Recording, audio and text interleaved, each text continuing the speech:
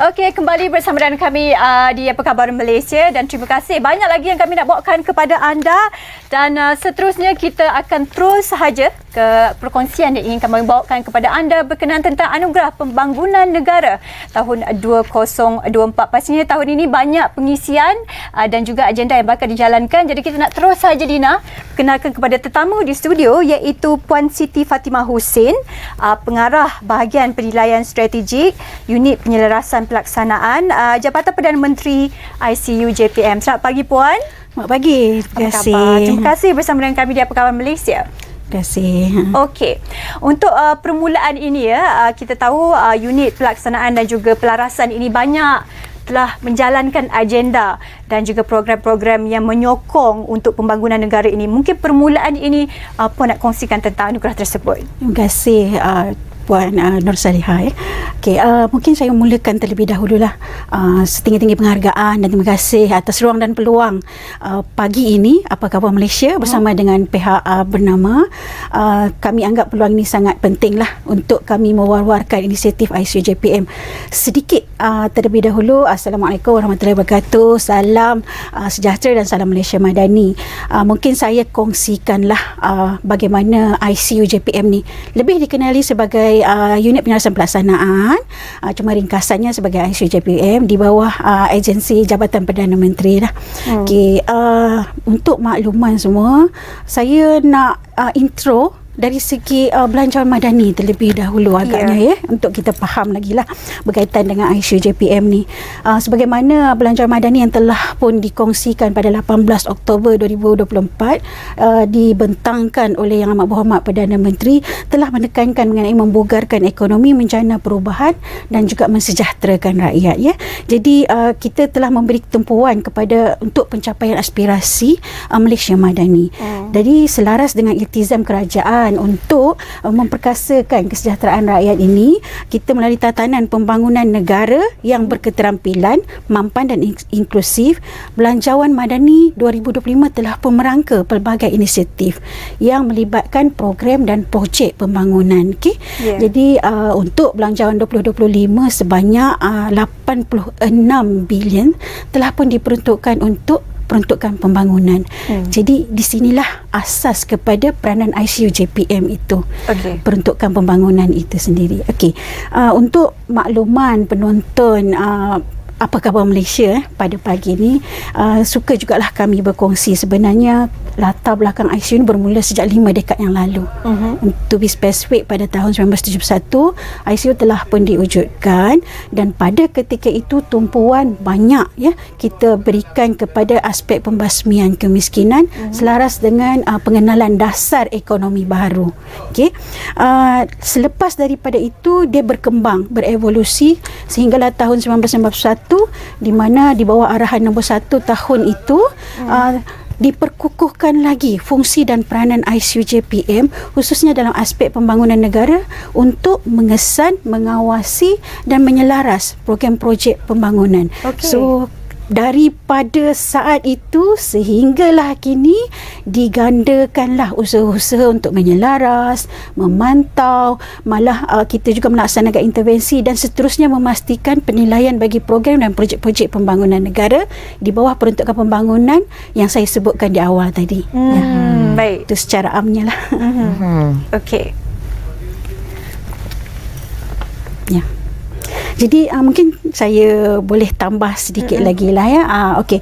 Untuk kami sebenarnya dari aspek penyelarasan, pemantauan dan penilaian program-program dan projek pembangunan ni, kita perlu melihatlah sejauh mana projek-projek tersebut, dasar program dan projek tersebut sebenarnya dilaksanakan sebagaimana perancangan.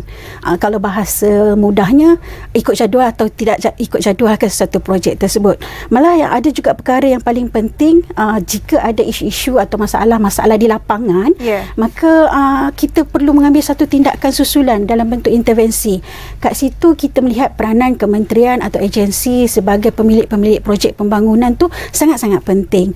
Jadi dalam masa yang sama, sesuatu program dan projek pembangunan tu kita nak terjemahkan dari segi faedahnya. apa dia punya value ataupun dia mencapai ke tak mencapai value for money yang telah kerajaan peruntukkan tersebut. Okey, itu perkara paling penting. Dan akhirnya bila sesuatu program projek pembangunan itu disiapkan, selesai, kita nak tengok keberhasilannya. Okay, dalam konteks sekarang banyak orang sebut berkaitan dengan outcome lah. Apa outcome dia? Apa projek itu memberikan manfaat?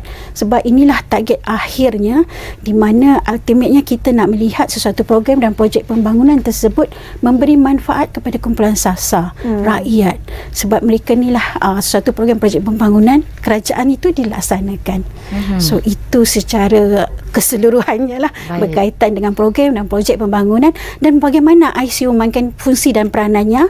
Dan sebenarnya di peringkat ICU sebagai agensi pusat dia melihat keseluruhannya. Okey, dari segi pelaksanaan dilaksanakan oleh pihak kementerian dan juga agensi serta jabatan-jabatan kerajaan untuk melaksanakan projek-projek pembangunan. Okey.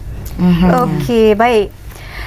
Dan pastinya juga melibatkan banyak-banyak program dan juga yang dilaksanakan oleh pihak puan sendiri. Ada cabaran dan bukan satu perkara yang mudah nak uruskan semua ini. Jadi mungkin apa perkara-perkara yang dilakukan dalam memastikan objektif yang dilaksanakan itu sampai? Ya, okey.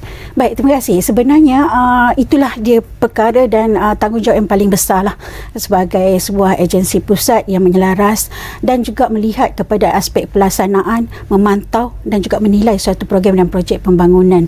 So cabaran-cabaran itu semuanya kita dah lalui dan akan sentiasa lalui, namun dengan adanya mekanisme, dengan adanya struktur yang berkesan atau efektif, malah dengan adanya proses yang berkaitan, kita akan dapat memperkukuhkannya. Sebagai contoh, untuk kita memantau suatu projek dan program negara, kita telah pun ada sistem pangkalan data nasional berkaitan dengan program dan projek pembangunan yang saya sebutkan tadi. Kan?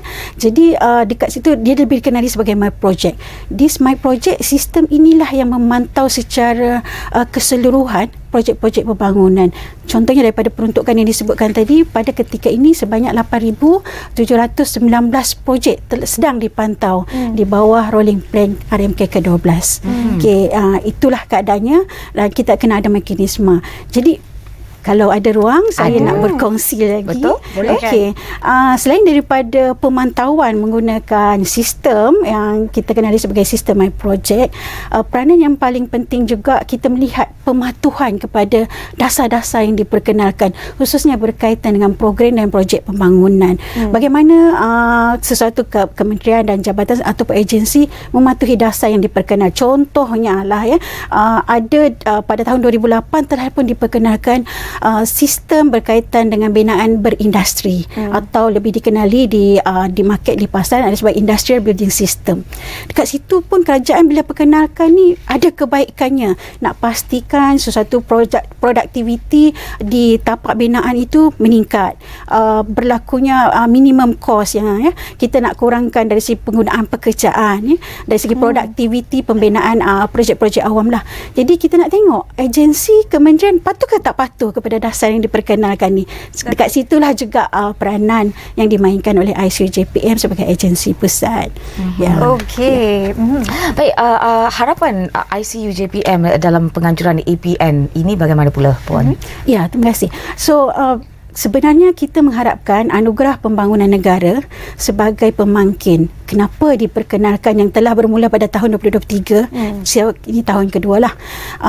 Kita melihat platform ini adalah untuk mengiktiraf komitmen dan juga keberhasilan, keberjayaan kementerian dan agensi dalam menunjukkan prestasi mereka untuk melaksanakan program dan projek, bukan sahaja mematuhi peraturan dan juga prosedur, mematuhi dasar-dasar yang telah diperkenalkan oleh kerajaan, tetapi lebih penting lagi sekali bagaimana mereka memenuhi tata kelola terbaik dari segi aspek pengurusan projek-projek ataupun program-program kerajaan awam itu sendiri, kan.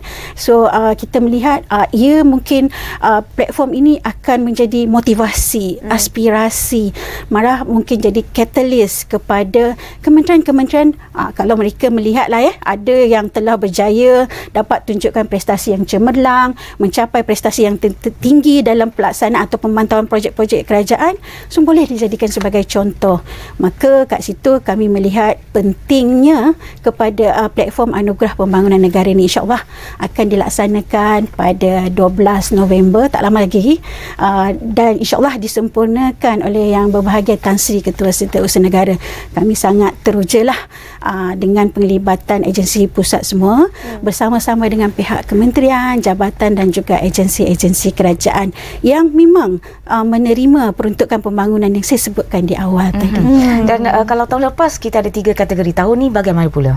Ya, itu satu soalan yang agak menarik lah. Mungkin surprise jugalah, kejutan juga kepada yang sedang menanti pada minggu hadapan. Pada 12 hari bulan ni, kita memang ada 3 kategori yang kita kekalkan. Pertama sekali, anugerah Industrial Building System yang saya sebutkan tadi, IBS. Yes. Yang kedua berkaitan dengan punya outcome, keberhasilan. Apa projek tersebut. Yang ketiga tu masih lagi melihat kepada prestasi. Apa kemajuan fizikal, apa kemajuan prestasi keuangan suatu program projek tersebut. Kita melihat contoh-contoh terbaik. Malah kita sebutkan tadi pasal berkaitan dengan My Project. Juga kita melihat kepada ikon My Project tu.